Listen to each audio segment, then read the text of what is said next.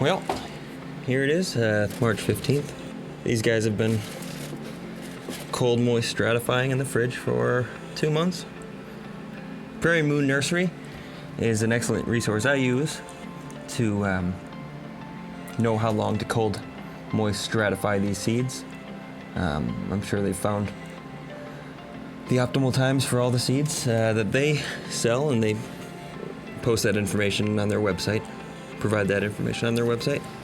So it is, like I said, March 15th, and we are about 1 month out from my last freeze date here in south central Wisconsin, and so I need to get some of these seeds started.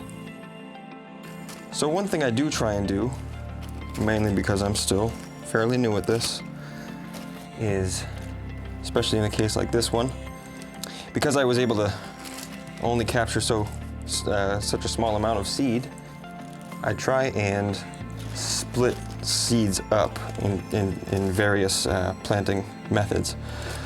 Some I've sown outside in the fall or the early spring. Some I have allowed to cold moist stratify in the fridge. Some I've dry cold stratified, also in the fridge. But I'm not sure which method is best yet. So try a couple different methods just to maximize my potential, I suppose. Making sure that if one method doesn't work well, I haven't hedged my bets or put all my eggs in one basket, or all my ducks in one row, or all my seeds in one bag.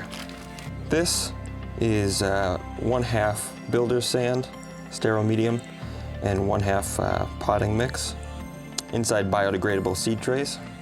We'll start with Drymocallis arguta, I don't know. I don't speak Latin. It is tall cinquefoil, or Prairie Cinquefoil. Cinque for 5, foil I'm assuming for like 5 leaves or something like that. Very pretty. It's such a pleasure or a joy to come across it. Just out on my hike. So last year was my first year of cold moist stratification, or stratification in general. I used vermiculite. Kept really moist. Sometimes the sand, I have to check the sand to make sure it doesn't dry out. When I used the vermiculite, however, I could not, for the life of me, recognize any seeds from the vermiculite. It's just too dark. So I tried sand this year just to be able to see the seeds. It's not really all that important. I just felt like if they had sprouted in the bag, I might be able to see them easier.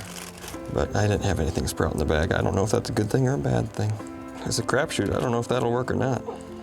And these are so small, I think I'm supposed to just surface sow them so that light can get to them. I don't know. That's where Prairie Moon comes in. I'll be checking that a couple times today, looking up what information they have on tall cinquefoil, Prairie Cinquefoil, Drymocallis, arguta. Who knows? I don't see anything else. This guy doesn't seem to be a seed. All right, gotta go fill up the water bottle. It's a very, very small amount of H2O2, or hydrogen peroxide that I set in there. And then I just fill the rest up with water. Just enough to think I feel safe. Who knows? I'll check back and then give you guys an update. Hopefully I'll get even just like 2 or 3 would be really nice. We'll see. I have to keep it damp and make sure I keep checking back on it. I mean, I've gotten results in the past, but I've got more species this year. Maybe I'm just unfamiliar with them. I've never tried growing this one. So maybe it's just the unknown, and maybe I just want it too much. So why might it be important to plant inside a month before the final frost date? Well, obviously, I'd be afraid of the frost killing any new growth, although there's new growth out here about a month before the last frost date. There's nothing I can do about that. And this is common practice. That's what I'm learning. try and control at least what I can in some of that new growth before transplanting it out here. And here in southern Wisconsin, like I said, about a month out, April 26th is traditionally the last freeze date. But eventually I do want to plant them here in this new bed that I'm creating. I had the opportunity, I was waiting for the opportunity for this pear tree to die, or start dying, so that I could cut it down, get the full shade, get the full sun about. So it doesn't quite look like it, but I have a lot of plantings here from last fall already, and then sowed some seeds in the fall and again in the spring, just a couple weeks back. So I'm being careful where I step.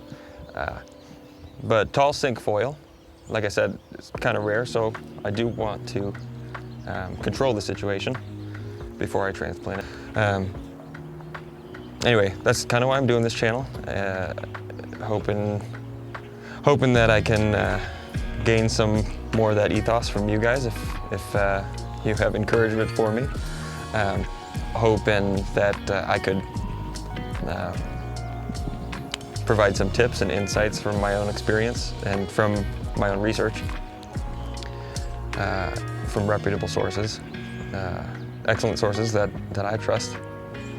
Hoping that I can encourage you guys too, and